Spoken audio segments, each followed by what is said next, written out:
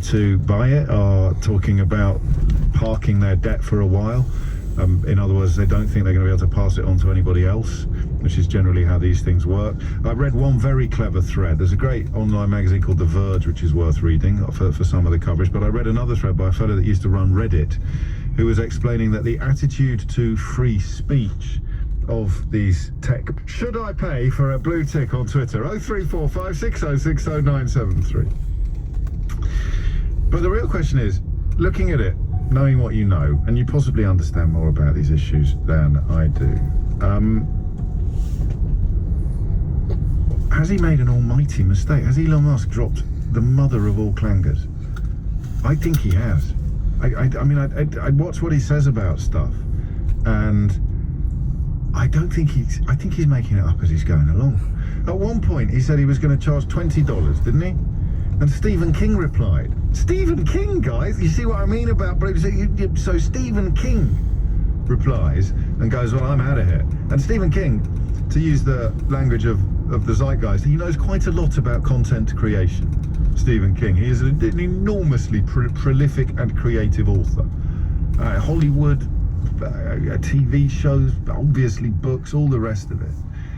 So when he says, I'm not doing it, I'm not paying, I mean, do you leave Twitter altogether, or do you just stay on there as an unverified account? I don't know. I don't know.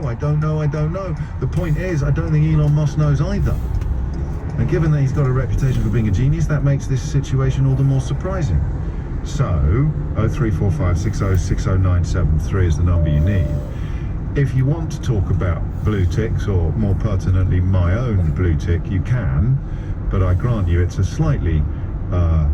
is recondite the right word? It's a slightly rarefied area of conversation. The bigger question is, has he completely muffed up? Hit the numbers now, you will get through. And yeah, we're having a conversation about Twitter. Why? Well, it's massive news internationally. Millions and millions of people in this country are on it. And if Elon Musk has dropped a clanger of the magnitude that I am beginning to suspect, then it's going to make quite a big difference to the British media and British politics. The government announces things on Twitter. The first time most stories now break on Twitter. The idea of being able to sit on something until you've got tomorrow's front page done and dusted is disappearing over the horizon.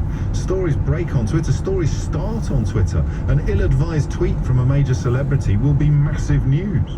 So it is interesting, and I'm not going to accept any sniping from people moaning about the fact that it's not. If you're not on there, I'm doing my best to help you understand it, all right? Or if you...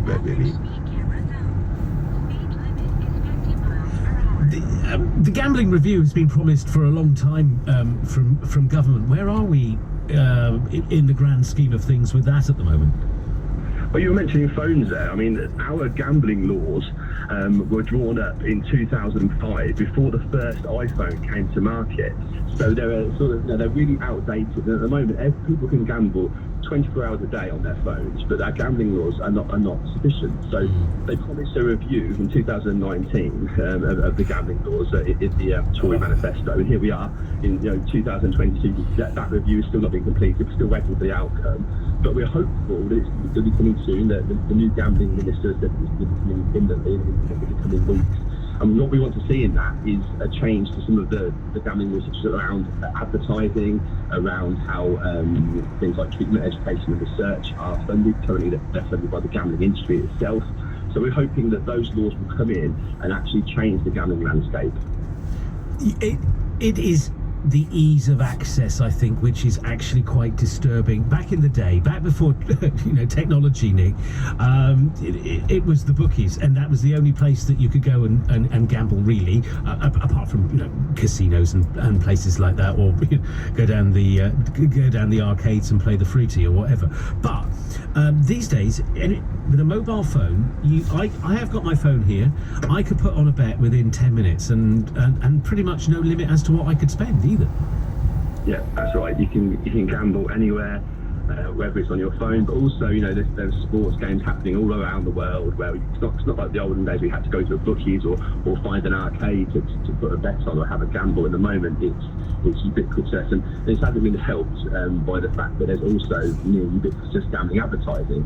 So not only have we got the sort of availability of gambling, we've also got it being promoted everywhere, whether it's on the front football shirts or around football stadiums, but also across TV, internet, billboards. You've got celebrities endorsing it, and that creates a whole sort of culture where it's become completely normalised, and that is why we're seeing someone taking their life because of gambling every single day, because of the situation we're in, where the gambling industry itself is relatively unfettered. And you're right in saying normalising and legitimising when we've got a national lottery, for goodness sake, as well. That's gambling.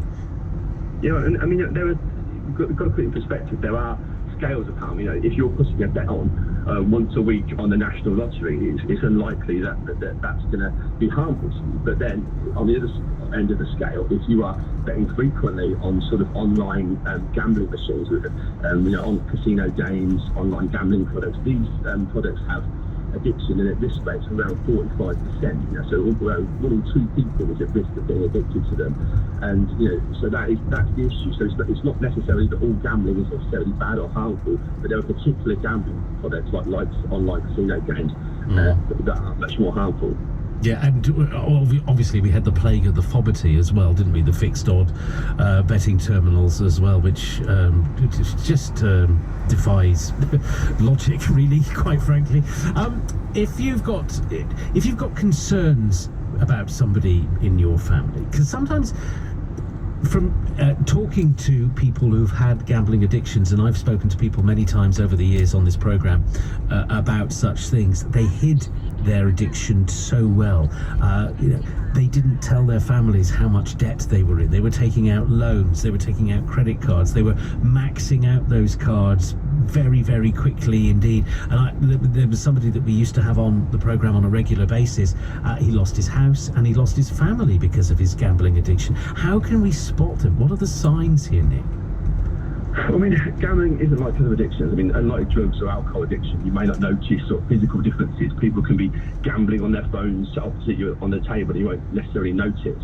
But if you do notice, and somebody you care about, they're gambling, or they speak to you about it, you may not know until it's too late, because people do hide it. But there are places you can go to help. We've got many of them on our website, Gambling Advice website, www.gamblingadvice.org, and there's a link at the top to all the places that you need to go to. You can go to get help.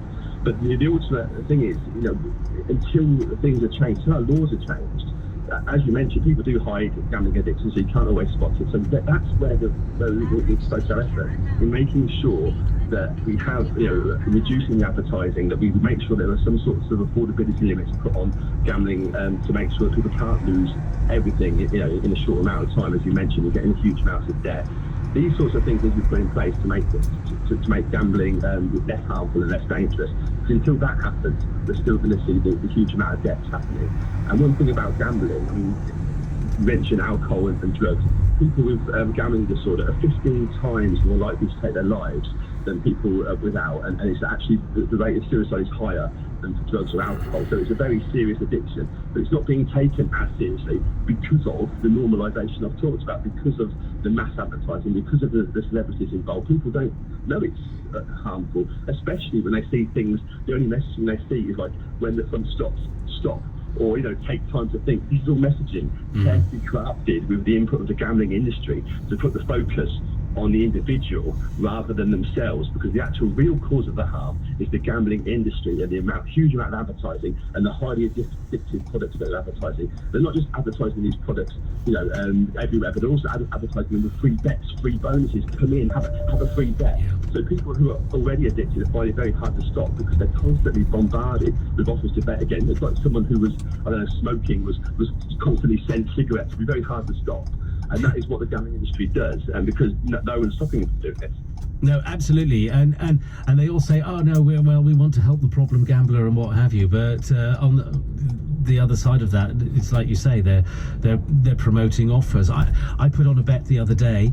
Actually, I won the bet, and that was fine. But I suddenly got bombarded with messages. Well, you could double it up here or triple it up here, and and I didn't want to do it, because for me it was a little bit of fun. But for a lot of people, it's not fun, and it doesn't end up that way. Absolutely. The gambling industry has a direct line to you through all of its marketing, also through your phone number, through text messages. And so it's very hard, once they've got you in their grip, to get out of that, because they can just constantly bombard you with marketing. And if they do something which the regulator, the gambling commission sees has gone too far, they'll get fined, a few £100,000 or a few £1 million. But that's nothing to an industry making billions of pounds of profit every year. £14 billion a year people lose to gambling in the UK. So they'll just factor that into the cost of business and carry on. And that's not, until they actually have their licenses removed, or until the laws will change, nothing's going to be any different, and we're going to continue to see the huge amount of harm that we're seeing. Nick, really good talking to you. Thanks so much for your time. That's Nick Harvey, Head of External Affairs at the charity Gambling with Lives, here on BBC Radio Kent. It's 11:24 right now. Sometimes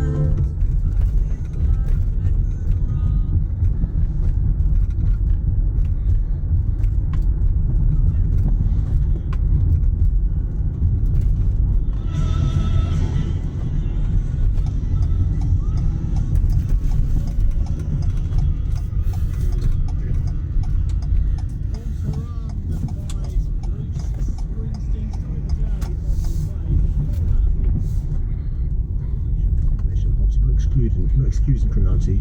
That's why I don't apologise for increasing the number of mentors young people have. At the same time, you've got to be tough on crime. So I'm the person who supported the police with 1,300 more police officers. But in that raising, now why is that important?